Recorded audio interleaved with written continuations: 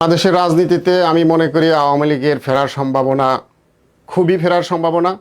কারণ বাংলাদেশ নামক দেশটি তৈরি করেছে বাংলাদেশ আওয়ামী লীগ। বাংলাদেশ আওয়ামী লীগের নেতাকর্মীরা 1971 সালে যুদ্ধের পরে যাদের নেতৃত্বে যুদ্ধ হয়েছে তাদের নেতৃত্বেই আবার এই আওয়ামী লীগ দলটা।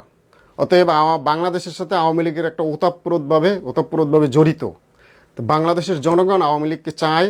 বাংলাদেশের জনগণের স্বার্থে, দেশের স্বার্থে আওয়ামী লীগ ফিরে আসবে আমি আশা করি। কিন্তু সেটা কিভাবে আইনগতভাবে তো নিষিদ্ধ করা হয়েছে।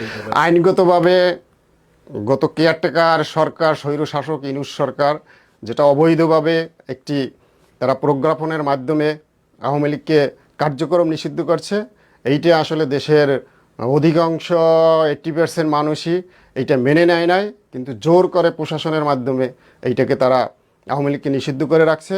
কিন্তু তারই পরিপ্রেক্ষিতে আমরা দেখছি বিএনপি একটা গণতান্ত্রিক দল হিসেবে দাবি করে, সে মতে তারা আবার সরকারও গঠন করছে, কিন্তু সেইভাবে বিএনপি গণতান্ত্রিকভাবে তারা সরকার পরিচালনা করতে পারছে না। কেয়ারটেকার সরকারের যে সকল অবৈধ প্রজ্ঞাপন জারি করা, তারা সেটাকেই আবার রিপিট করছে। যেমন ইউনূস সরকার যে আওয়ামী লীগ দলকে নিষিদ্ধ করছে কার্যক্রম, বিএনপি সরকার ওইটাকে সংসদে পাশ করছে।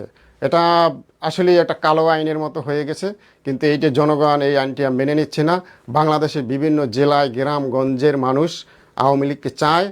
এ কারণেই যে আওয়ামী লীগের যে উন্নয়ন, সেই উন্নয়নের জন্য আওয়ামী লীগকে চায়। আওয়ামী লীগ দলকে চায় না যে আওয়ামী লীগ দল ফিরে আসুক, তারা দুর্নীতি করবে, এইটার জন্য চায় না। আওয়ামী লীগ সরকার যে দেশের জন্য কাজ করছে, এই কোরিয়া জাপানে আমরা আসার পরে যেভাবে ভাবছি যে আমাদের দেশ এইভাবে কখন হবে, কিন্তু আওয়ামী লীগ সরকার গত 17 বছর যে ক্ষমতায় ছিল, বিভিন্ন রকমের নেগেটিভ কথাবার্তা থাকতে পারে, সেটা থাকবেই সাধারণ মানুষ বা বুদ্ধিজীবীদের ভিতরে, কিন্তু আওয়ামী লীগ যে উন্নয়নমূলক কাজ করে গেছে এটার জন্য সাধারণ মানুষ উপকৃত হয়েছে।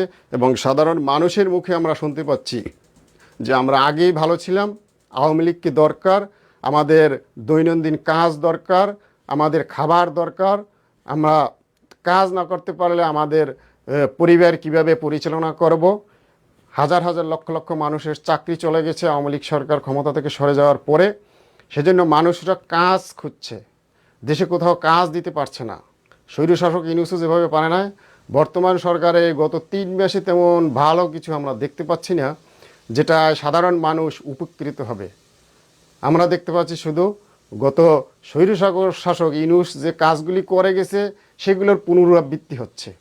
এটি গণতান্ত্রিক সরকারের কাছ থেকে আমরা এটা আশা করি না। আমি আশা করব বিএনপি যেহেতু নিজেকে একটি গণতান্ত্রিক দল দাবি করে, সেখানে আমরা আশা করব সকল দলকে নিয়ে দেশকে পরিচালনা করা উচিত। এবং এই যে বাংলাদেশের যে স্বাধীনতার স্থপতি যিনি বঙ্গবন্ধু শেখ মুজিবুর রহমানের যে দল বাংলাদেশ আওয়ামী লীগ, এই দলটাকে যে নিষিদ্ধ করে রাখছে কার্যক্রম, এটাকে উদ্ধ করা উচিত। তা না হলে দেশের গণতান্ত্রিক শাসন ব্যবস্থা ফিরে আসবে না। চ্যানেল 4 টেলিভিশন 4G মোবাইল নেটওয়ার্কের সাথে প্রযুক্তি মিলিয়ে চলছে আমাদের পরীক্ষামূলক সম্প্রচার। আইন মেনে প্রযুক্তি প্রয়োগে আপনিও একজন সুনাগরিকের ভূমিকা পালন করুন, আমাদের সাথেই থাকুন। Channel 4 television, a house of quality IPTV production.